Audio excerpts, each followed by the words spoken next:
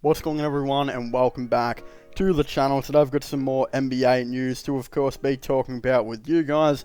For those of you who haven't heard about this already, the Miami Heat are reportedly very interested in potentially making a trade to get Colin Sexton and Kevin Love to the team. Basically, what this trade would actually be a trade that sends Colin Sexton and Kevin Love to the Miami Heat for Tyler Hero, Andre Iguodala, and another player per Adam Baroy of 5 Reason Sports. Now, as a Cleveland Cavaliers fan, I am sitting here praying that we don't make this trade. This would be one of the most stupidest trades for the Cleveland Cavaliers in history to make. And I mean history. It would be that bad, in my opinion. Before I get into how the Miami Heat absolutely dominate this trade, first of all, let's just say that other player the Cleveland Cavaliers get in is Precious Achiuwa. Don't get me wrong, I like Precious Achiuwa, but I have a huge feeling, and I know the Miami Heat fans, a lot of you guys feel the exact same way, that this dude, there is a chance he could end up exactly like Montrezl Harrell. And if you're like, what's so bad about a player ending up like Montrezl Harrell? Like, he's a 6th man of the year. Yes, he is the 6th man of the year, but he's also the dude that literally got benched on the Lakers and was given DNPs because he was playing that bad for him. This guy is in the unfortunate case where he plays like a big, tall scoring center, but he's only 6'7". Like, he plays much taller than what he is. And it's bad because, like, sometimes when he's playing small ball centers, he's really good.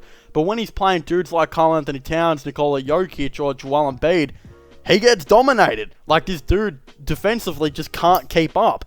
And it's really sad to see. I could see Precious Achiuwa turning out like that, but except not being as good, you know, offensively, and just being a little bit better defensively because he's a little bit taller.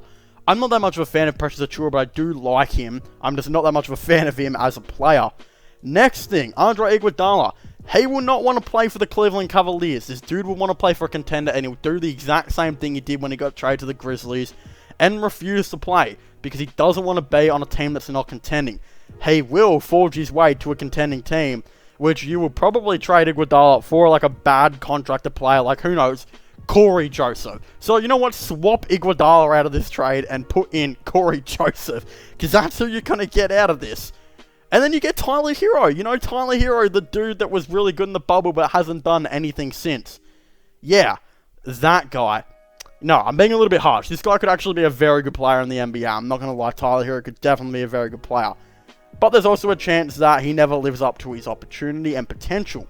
While what the Miami Heat get out of this is a very solid role player when healthy in Kevin Love. And don't get me wrong, I don't like Kevin Love because I think he's just rolled the Cavaliers of like $120 million.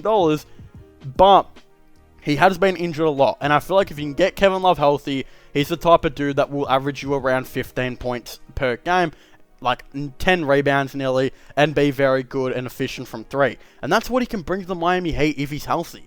You know, that's what's going to happen. While, as well as that, the Miami Heat would get back in Colin Sexton. Yeah, the dude that's currently averaging 24 points per game right now.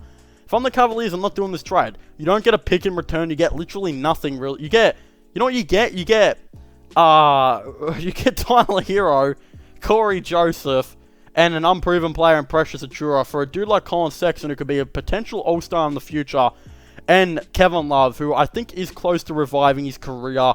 There is just a little bit that needs to go his way, especially health-wise. The Miami Heat killed this trade. Iguodala wasn't great towards the end of the season, and Tyler Hero did nothing. If you can have a rotation of, like, you know, I'd probably say Victor Oladipo, Colin Sexton, Duncan Robinson, Jimmy Butler, Bam Adebayo, Kevin Love, who else would even be in there? Goran Dragic, Trevor Ariza, I'd say Nerman Bjelica, rather. That's a good rotation of 9 players, plus the 6 players they'll probably fill out, which will probably be like veterans, etc. The Miami Heat team is crazy good. Like, if Jimmy Butler doesn't score you a big amount of points that game, there's a chance Colin Sexton does, and if he doesn't, there's still a chance Kevin Love goes off. Like, unhealthy Kevin Love this season had a game towards the end where he dropped like 30 points on the Boston Celtics. And that was unhealthy Kevin Love. And that was Kevin Love starting to get a little bit more healthy, but wasn't at his full best. Again, if you can get Kevin Love to be more healthy and get near to his best of what he can be, those 30-point, type games could happen 1 every 10 games and can be a very good spark for your team. Plus, you'll probably be, that consistent dude that will average you 15 per game. Great veteran to have on the team that can do it in crunch time. That's the dude the Miami Heat want. That's a guy the Miami Heat want on their team. And again, Colin Sexton, he's a fighter. He has that Miami Heat, I guess, culture in him. Like, he's that dude that will come in, he'll fight every possession for you. He'll make sure if he doesn't score over 20 points that game, he'll be disappointed. And he will do everything in his path to get there. No matter his height difference, again, no matter his lack of defense that he sometimes has, he will do everything he has to improve. That's the type of guy you're getting out of Colin Sexton. The type of guy I'm getting out of Tyler Hero if I'm the Cleveland Cavaliers is concerning. This guy has showed tendencies to be a very good player, but has also showed tendencies to be, that dude that, is just in it. Like, he's not trying to prove anything to anyone. He's just trying to be that guy, be a nice player for the team. And you know what I mean? Like, a dude that thinks things might come naturally. That's what I see out of Tyler Hero, and that's what concerns me. And look, Miami Heat fans will probably feel the same. Like, I know a lot of you guys aren't really big on Tyler Hero anymore, but he's got potential as a player. Look, that's what I'm saying. I'm not saying that he's bad. I'm just saying I don't know if I necessarily like his attitude, but I think it could be there over time as he develops and matures, as a player.